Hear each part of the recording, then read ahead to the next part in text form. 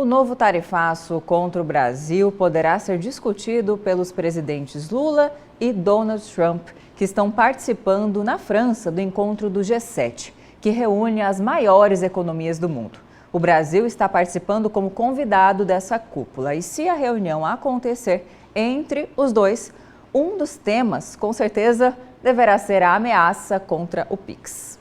E é para falar sobre esses outros assuntos que está aqui no estúdio do Jornal do Meio-Dia o economista e analista de cenário econômico, Vivaldo Lopes. Boa tarde, Vivaldo, e seja bem-vindo aqui ao Jornal do Meio-Dia. Boa tarde, Lúcio. Boa tarde, Camila. E boa tarde a todos que nos acompanham. Qual a motivação do governo norte-americano nessa ameaça que é clara contra o PIX? Olha, eu seleciono três grandes motivações que os Estados Unidos têm para fazer o que está fazendo de ameaçar o PIX brasileiro.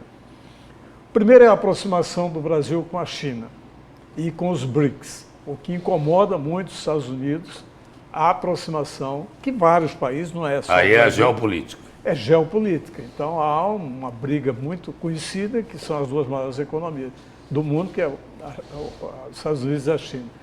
A segunda motivação é interesse comercial. O PIX afetou muito os interesses das duas maiores bandeiras de cartão de crédito do mundo, que são as duas bandeiras maiores dos Estados Unidos, que é a Mastercard e o Visa. Então, a entrada do PIX afetou muito o modelo de negócio de cartões de crédito e de débito. E a segunda motivação, a terceira, que eu entendo que talvez seja a maior, é o próximo passo do PIX. O PIX é uma estrutura pública de fácil operação aqui no Brasil. É um caso de sucesso tecnológico e de um sucesso de meios de pagamento financeiro. Não tem nada parecido no mundo, parecido com o PIX. É gratuito, todos os bancos e meios de pagamento no Brasil aderiram, operam muito bem, 24 horas por dia, 365 dias por ano e gratuitamente. Qual que seria esse próximo passo que mais ameaça fazer? A internacionalização. Por enquanto, o PIX é um fenômeno nacional, mas para ele ir para o México, para a Colômbia, para o Peru, como já estão estudando, ou para os BRICS, ou para a Índia, por exemplo, vira uma grande ameaça geopolítica e comercial dos Estados Unidos. Então, na minha leitura, essas três motivações fizeram com que o governo americano botasse uma faca na garganta do Brasil para frear e ver se cessa. Ele já viu que não pode proibir o PIX de funcionar no Brasil. Aparentemente querem não permitir que o PIX seja um meio de pagamento internacionalizado. Ou seja, de acordo com essa análise do senhor, a garantia talvez que temos é de que o PIX aqui no Brasil não deixará de existir, porque isso dificultaria. Voltaríamos àquelas transações sempre com certa taxação ali, que o brasileiro já se livrou e não gostaria de retroceder, não é verdade? Essa ameaça é real ou o senhor acredita que aqui no Brasil impossível, né? Nenhuma possibilidade, felizmente, do PIX deixar de funcionar no Brasil. O que os Estados Unidos querem, eu já vou repetir, é evitar a expansão dele para o mundo. Sim. E num segundo momento, num primeiro momento, se possível, fazer com que o PIX não avance tanto,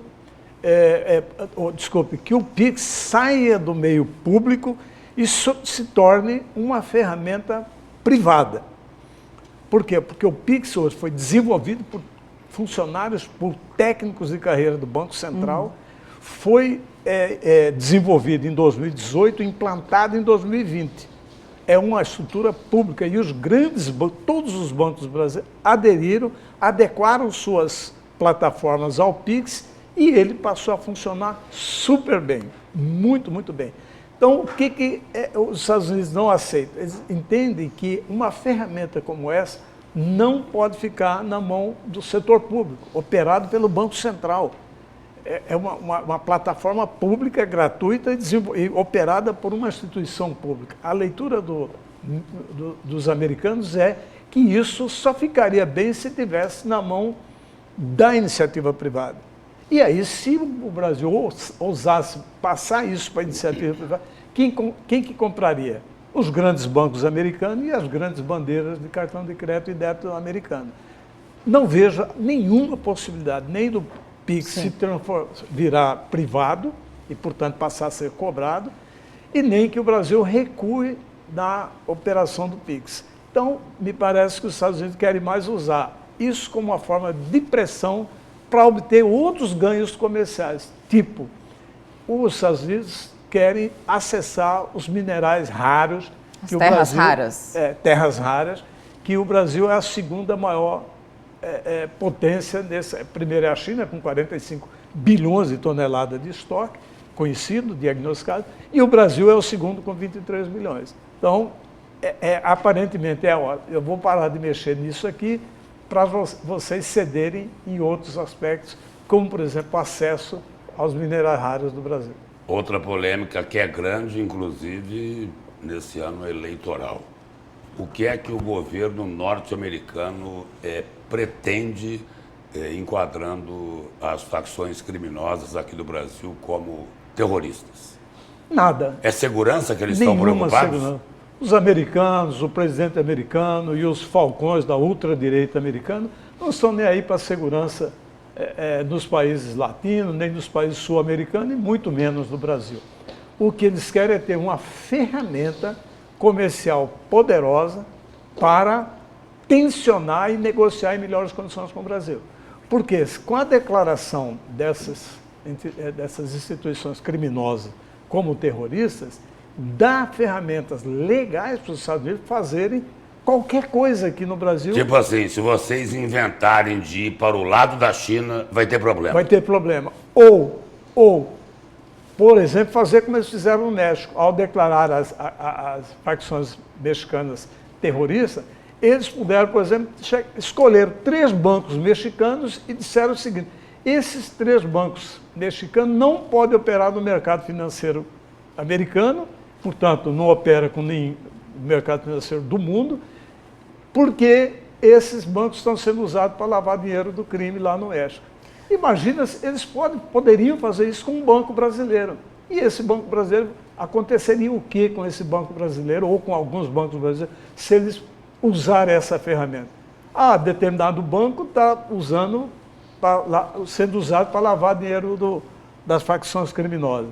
E aí ele pode dizer o seguinte: você não pode operar com cartões de crédito, você não pode operar com o sistema bancário americano, você não pode operar com dólares, você não pode operar com o SWIFT. O SWIFT é um sistema de pagamento mundial das transações de exportações e importações de pagamento entre empresas, entre bancos, desenvolvido e operado pelos Estados Unidos. O que poderia ocorrer? O que ocorreu com os 3 bancos americanos? Quebraram, não aguentaram ser mexicanos, no caso. Mexicanos, porque não conseguiu mais fazer as suas funções. Agora, também existe uma outra interpretação, no sentido de que se as facções, elas lavam bilhões, a última operação Carbono Oculto desvelou ali 30 bilhões entre 40 fintechs, ou seja, Faria Lima.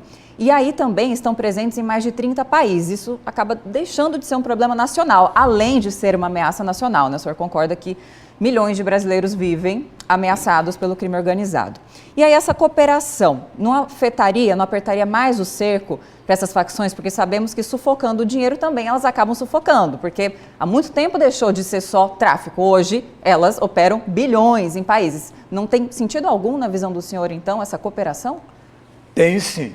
Ela tem 2 sentidos. E essa classificação também? Que favorece muito o PCC e o Comando Vermelho. Favorece? Muito. Por quê? O Brasil e os Estados Unidos firmaram acordos para troca de informações e ações conjuntas entre o FBI, o DEA, que é o Departamento de Combate às Drogas dos Estados Unidos, a reguladora, e a Receita Federal Americana. Fizeram acordos com a Receita Federal Brasileira, com o Ministério Público Federal Brasileiro e com a Polícia Federal Brasileira, para trocar informações.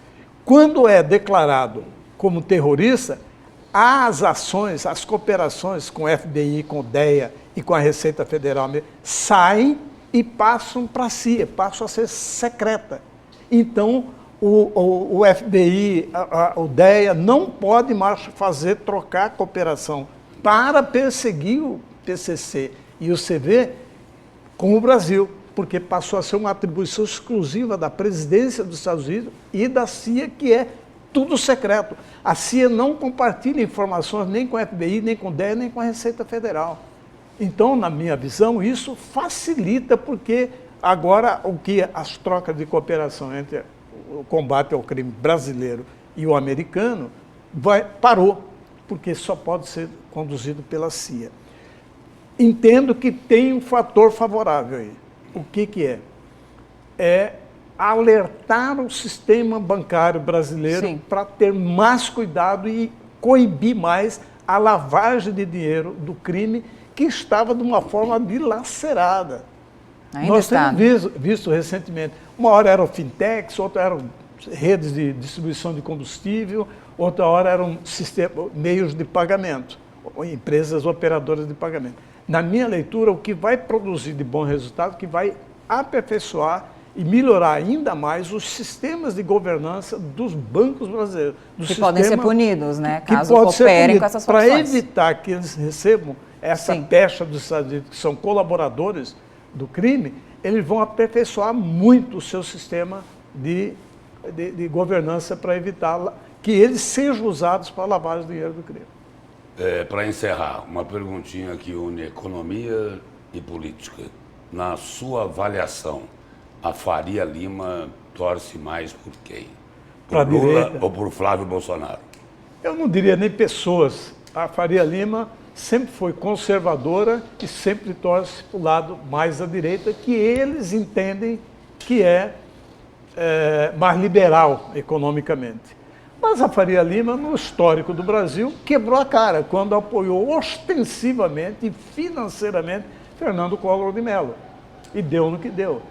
E em 2018 apoiou ostensivamente e financeiramente e empresarialmente o candidato da direita, Bolsonaro, e não entregou os resultados que eles desejavam, tá certo? Mas, sinteticamente e objetivamente, a Faria Lima sempre abraça mais o lado da direita.